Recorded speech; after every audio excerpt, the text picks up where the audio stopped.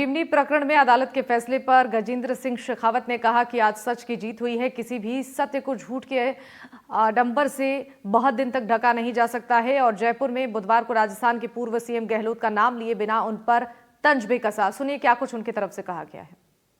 आज राजस्थान उच्च न्यायालय ने जो झूठ खड़ा करने का षड्यंत्र अपनी राजनीतिक महत्वाकांक्षाओं की पूर्ति के लिए अपने पुत्र की पराजय और राजस्थान की जनता द्वारा लगातार भारतीय जनता पार्टी को विजयी देने के खींच से उपजी मानसिकता के चलते हुए जिस तरह से एक झूठे प्रकरण में मुझे घसीटने की कोशिश की गई थी, आज न्यायालय ने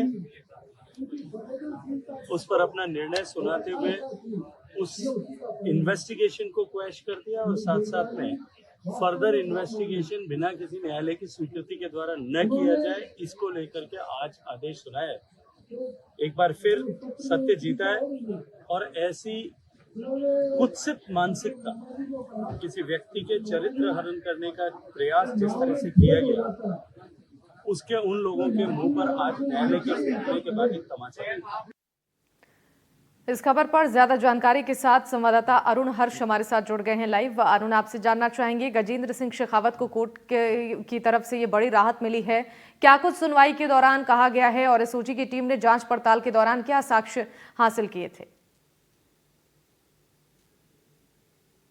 देखिए शिवानी, अगर बात की जाए वर्ष 2019 का ये मामला है, जब पूर्ववर्ती कांग्रेस की सरकार की मुखिया के द्वारा और लोगों ने जब संजीवनी घोटाले को लेकर पूर्व मुख्यमंत्री अशोक गहलोत से मिले थे, उसके बाद में ये मुकदमा दर्ज किया गया था, जिसमें जो है शेखावत ने एफआईआर ट्रेस करने की जो है एप्लीकेशन लगाई गई थी। लेकिन बात करते हैं जिस तरह से पिछली सुनवाई 19 सितंबर को जो है राजस्थान हाईकोर्ट की मुख्य पीठ में सुनवाई करते हुए जस्टिस अरुण मोंगा ने ये कहा कि इतने सालों से जो है ये जांच ही चल रही है, इस मामले में एसओजी अपना पूरा रिकॉर्ड पेश करे, कितने सालों में एसओजी ने कहा तक इस मामले की जांच की है, साथ ही साथ गजेंद्र सिंह शेखावत का क्या रोल सामने आ रहा है। तो आज एसओजी जो रिपोर्ट लेकर पेश हुई तो एसओजी ने बताया कि पिछले कई सालों से जो जांच चल रही थी उसमें कहीं भी शेखावत का डायरेक्ट लिंक नहीं निकल कर आया। तो ऐसे में एसओजी है जो अपनी तरफ से शेखावत को आरोपी नहीं मानती है और यही बात को लेकर राजस्थान हाईकोर्ट के मुख्य पीठ के जस्टिस अरुण मोंगा ने जो है गजेंद्र सिंह शेखावत को क्लीन चिट दी है। और क्लीन चिट देने के साथ ही साथ ये भी जो है शेखावत के वकील ने बताया कि अब अगर फर्दर फ्यूचर में अगर कोई जांच दोबारा शुरू होती है तो उसके लिए निचली अदालत यानी ट्रायल कोर्ट से आदेश देना पड़ेगा, उसके बाद ही शेखावत के खिलाफ जांच शुरू की जा सकेगी। तो कह सकते हैं राजस्थान हाईकोर्ट से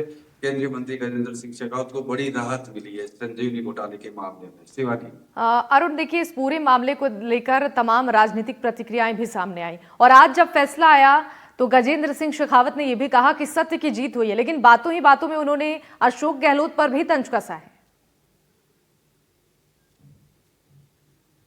बिल्कुल शिवानी, इसमें कोई दो राय नहीं है। जिस तरह से संजीवनी घोटाले को लेकर पूर्व मुख्यमंत्री अशोक गहलोत ने कई वीडियो जारी किए थे, लोग जब आए थे उससे मिलने सर्किट हाउस में तो उनका जो वीडियो था वो मीडिया में आया था। साथ ही साथ जो है शेखावत ने शुरू से ये कहा था कि वो राजनीति से प्रेरित होकर मुझे घेरने का प्रयास कर रहे हैं, जबकि ये जब मामले हुए हैं उससे पहले मैंने डायरेक्टर पद से इस्तीफा दे दिया था, मेरे बाद का ये सारा घटनाक्रम है, ये शेखावत ने कहा था। लेकिन जिस तरह से जो है मामला दर्ज होने के साथ साथ जो शेखावत ने आरोप लगाया कि किस तरह से वो पुत्र मोह में अपने बेटे की हार को पता नहीं पा रहे थे। जोधपुर से जब वैभव गहलोत ने चुनाव लड़ा तब सामने गजेंद्र सिंह शेखावत थे, तो पुत्र मोह के चलते पूर्व मुख्यमंत्री अशोक गहलोत ने ये उनके खिलाफ मुकदमे दर्ज कराया था, जिसमें आज सत्य की जीत हुई है। और कह सकते हैं कि ये जो है बड़ी उपलब्धि शेखावत के लिए कही जा सकती है। शेखावत जो पूर्व में कहते आ रहे थे उस बात को हाईकोर्ट ने भी आज साबित कर दिया कि किस तरह से जो है मामला झूठा था।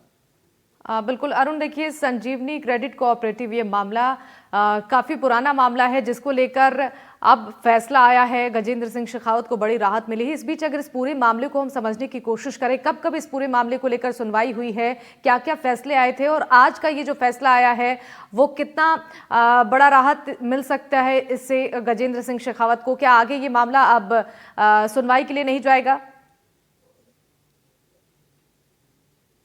देखिए शिवानी, सबसे बड़ी बात यह है कि ये मामला चलता रहेगा, लेकिन इस मामले में जिस तरह से शेखावत का नाम जो सामने आया था और शेखावत को लेकर जो एफआईआर दर्ज करवाई थी उसमें तो कह सकते हैं कि अब उस मामले में अब शेखावत के खिलाफ कोई भी चार्ज नहीं बनता है। एसओजी ने जो है अपनी रिपोर्ट में कह दिया। एसओजी ने यह भी कहा था कि हमने जब से ये मामला दर्ज हुआ उसके बाद चालान पेश किया और कई दोबारा जो चालान खुला रखा जाता है आरोपियों को पकड़ने के लिए या अन्य कोई अपराधियों के लिए, उसमें भी कोई संलिप्तता नहीं आई थी शेखावत की। तो जो एसओजी की रिपोर्ट थी उसमें उन्होंने क्लीन चिट दे दी थी शेखावत को, और यही कारण है कि कोर्ट ने इस बात को माना। और अब जो अगर फ्यूचर में अगर जो है इस मामले की दोबारा सुनवाई होती है तो उससे पहले अगर शेखावत को पूछताछ करनी होगी एसओजी को, तो उन्हें कोर्ट से आदेश देना पड़ेगा। लेकिन इस मामले के जो दूसरे आरोपी है उनके खिलाफ है जो मामला चलता रहेगा। इस मामले में संजीवनी घोटाले में लोगों ने लाखों रुपए यानी करोड़ों रुपए का जो है घोटाले का आरोप लगा संजीवनी पर, कि किस तरह से छोटे और ग्रामीण लोगों को और रिटायरमेंट के लोगों ने पैसा लगाया था, और वो पैसा उन्हें दुगने ब्याज पर वापस लौटाने की बात संजीवनी कोऑपरेटिव सोसाइटी ने कही थी, लेकिन लोगों को पैसा नहीं मिला था। इसके कारण से कई लोग है जो आत्महत्या कर चुके थे, साथ ही साथ कई लोगों ने जो है कोर्ट की शरण ली थी। तो कह सकते हैं इस पूरे मामले में शेखावत को तो बरी कर दिया गया है, लेकिन जो मुख्य आरोपी है उसको खिलाफ अभी भी जांच है जो चलती रहेगी, और जो मामला चल रहा है वो कोर्ट में चलता रहेगा। शिवानी। ठीक है अरुण, आपका बहुत बहुत धन्यवाद तमाम जानकारियों के लिए।